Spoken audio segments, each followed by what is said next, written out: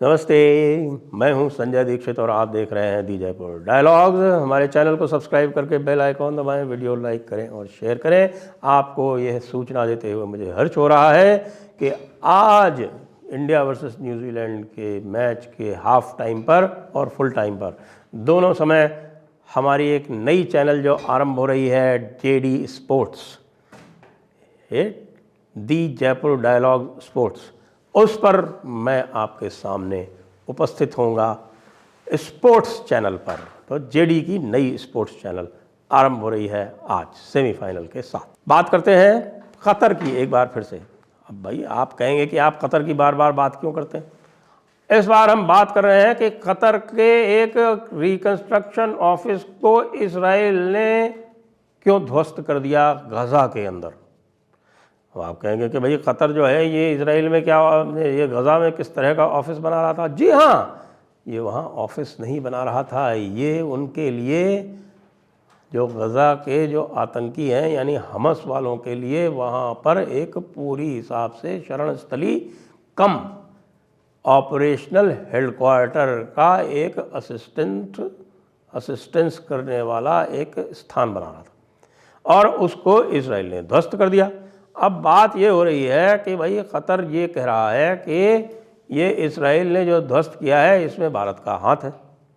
अब ये तो वही वाली बात हुई कि जिस तरह से आजकल जो अननोन गनमैन चारों तरफ घूमते हैं उसमें लोग कहते हैं कि उसमें भारत का हाथ है। तो भाई इजराइल ने कतर का रिकंस्ट्रक्शन ऑफिस गजा में ध्वस्त कर दिया तो उसमें भारत का हाथ बताया जा रहा है।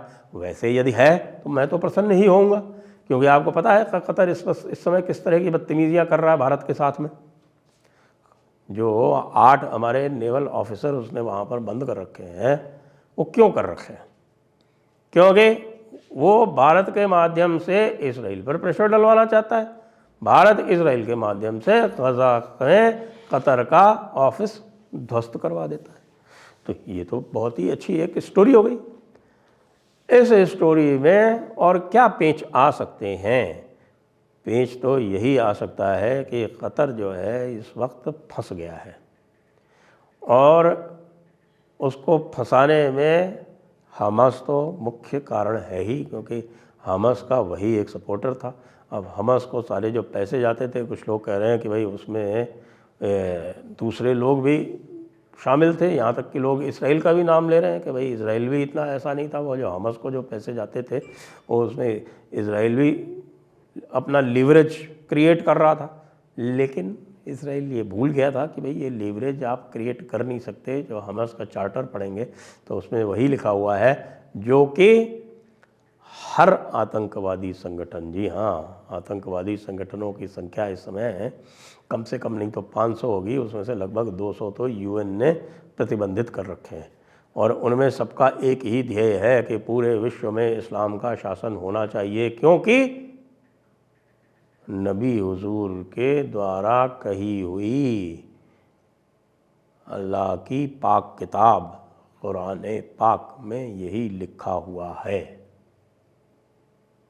अब ऐसे में शेष विश्व क्या करेगा, ऐसे में इसराइल क्या करेगा, ऐसे में भारत क्या करेगा? क्योंकि भाई जो हमास वाली जो पूरी की पूरी कारकर्दगी है वो यहाँ पर पाकिस्तान करता है भारत के साथ में। पाकिस्तान में देख लीजिए वो हर वक्त लोग बैठे हुए हैं, वही इसी तरह की बात करते हैं। यही कहते हैं कि भाई हमको तो पूरे भारत पर कब्जा करना है, भारत हमारा दुश्मन है। आप पूछेंगे भाई दुश्मन किस हिसाब से? हमने तो आपको ज़मीन का एक टुकड़ा दे दिया, उसके बाद भी आपने 1947 में पूरा टुकड़ा लेने के बाद भी आपने कश्मीर पर आक्रमण किया। तो भाई आपने इसीलिए कहते हैं कि पाकिस्तान को नहीं समझा। पाकिस्तान की जो इस्टेब्लिशमेंट है वो कोई हमास से कम नहीं है, इसलिए उसके साथ भी आपको वही करना पड़ेगा जो अब इसराइल को मजबूरी में हमास के साथ करना पड़ रहा है।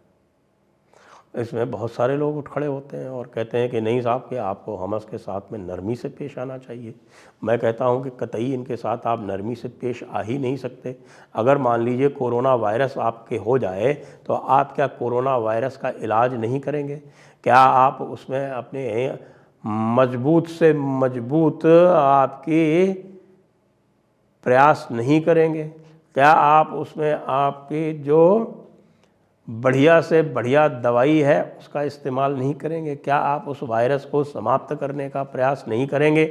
क्या आप उस वायरस के जहाँ से पैदा होने की सूरत है उसको समाप्त होने का प्रयास नहीं करेंगे? नहीं करेंगे तो वो आपको मिटा देगा। तो इसलिए किसी भी वायरस को कंटेन करने के अतिरिक्त उसको जड़ से समाप्त करना पड़ता है। जैसे कि आपने पोलियो वायरस के साथ किया, जैसे कि आपने स्मॉल पॉक्स वायरस के साथ में किया। आप केवल ये सोच लें कि नहीं भाई, जब ये वायरस अटैक करेगा तब हम इसका उपचार कर लेंगे, तो फिर तो जब वो वायरस अटैक करेगा तो किसी की फेटेलिटी रेट 1% होगी, किसी की 10% होगी, किसी की 50% होगी, किसी की 90% होगी। ऐसे ही प्लेग का वायरस हुआ करता था, उसको भी आपने इरेडिकेट किया। तो भाई ये जो रिकंस्ट्रक्शन ऑफिस ध्वस्त किया है कतर का इजराइल ने, जैसा कि लोग कह रहे हैं भारत के साथ मिलकर, यानी भारत की शह पर, वो आप ये कह सकते हैं कि एकमात्र संकेत है आपको तो पहले पूरा कतर अपने कब्जे में लेना पड़ेगा। हमारे जो अंकल सैम हैं, यानी अमेरिका वाले साहबजादे, वो काम उल्टे करते हैं। वो ऐसे स्थानों को पनपाते हैं जिससे कि बाकी लोगों के ऊपर कब्जा करके अपना कायम रख सकें, अपना डॉलर जो है वो मजबूत रख सकें, और अपनी जो उनकी इंडस्ट्रीज़ हैं, यानी कि pharma industry, arms industry, big tech इत्यादि जो हैं उसको वो चालू रख सकें, और ऑयल इंडस्ट्री जो है उसके ऊपर पूरा अपना नियंत्रण रख सकें। इसके लिए वो किसी भी आतंकवादी को शह दे देते हैं। तालिबान को भी इन्होंने ही दी थी, और ये कतर को भी इन्होंने ही पनपाया है। कतर में मिलिट्री बेस भी इन्होंने ही लगा रखा है। अगर ये चाहें तो एक दिन में कतर समाप्त हो जाए। कि ये जो अल थानी फैमिली है, वहाँ के जो अमीर लोग हैं कतर के, आखिरकार जो अभी उसका जो अमीर है इस वक्त, उसने अपने बाप को गद्दी से हटाया था। जी हाँ, बाप को गद्दी से हटाया था और ख़ुद अमीर बन गया था। आपको भारतीय इतिहास में ऐसे किसी महापुरुष की याद आई क्या जिसने इस प्रकार का काम किया था? बिल्कुल आई होगी। क्यों? औरंगज़ेब तो यही करता था ना। तो ये भी एक औरंगज़ेब किस्म का इंसान है जो इस वक्त कतर का अमीर बन के बैठा हुआ है, और इसी के कारण जो है कतर ने अपना न्यूसेंस पूरी दुनिया में फैला रखा है। इस न्यूसेंस से निपटने का एक ही तरीक़ा है कि न्यूसेंस की जड़ को ख़त्म करो। इसको अलग अलग तरीक़े से स्टार्व करो। पिछली बार जो ब्लॉकेड हुआ था जीसीसी कंट्रीज़ ने किया था। जीसीसी कंट्रीज़ ने क्यों किया था? क्योंकि जीसीसी कंट्रीज़ में ये मुस्लिम ब्रदरहुड को पनपा रहा था, अल जज़ीरा के माध्यम से वहाँ रेडिकलाइजेशन फैला रहा था। यहाँ भी यही काम यही इस वक्त कर रहा है, अल जज़ीरा के माध्यम से कर रहा है। तो इसको आप करते देने रहेंगे क्या? बिल्कुल नहीं करते देने रहेंगे। इसको तो रोकना ही पड़ेगा। फिर उसके बाद इनका सबका डी रेडिकलाइजेशन तब होगा जब आप बड़ी किताब में परिवर्तन लाएंगे। वो कार्य भी आरंभ हो चुका है, और वो कार्य भी आरंभ हो गया है सऊदी अरब के माध्यम से, MBS के माध्यम से। MBS के माध्यम से पहले उसने डीलेजिटिमाइज करने का कार्य आरंभ किया है हदीसों का, और आगे बढ़ते बढ़ते ये आएगा कुरान मजीद पे भी। क्योंकि ये जो कहते हैं ना कि साहब कि इसमें एक शब्द भी चेंज नहीं हो सकता, तो आपको बता दूं कि कितनी सारी अलग अलग कुरान हुआ करती थी। इनका स्टैंडर्डाइजेशन जो है 1924 में काहिरा में हुआ है। ये सब बेकार की बातें हैं कहने की कि साहब इसका और कुछ नहीं हो सकता। तो बड़ा अच्छा आरंभ किया है कि एक ऑफिस कतर का ध्वस्त किया है। अल जज़ीरा वाला भी ऑफिस ध्वस्त हो चुका है, वो तो पहले ही हो गया था, आपको पता है।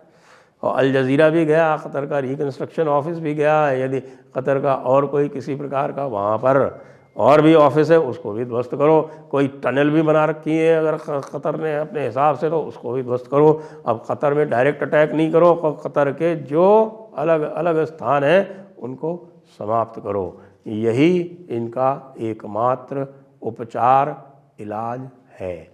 जय हिंद, जय भारत, वंदे मातरम।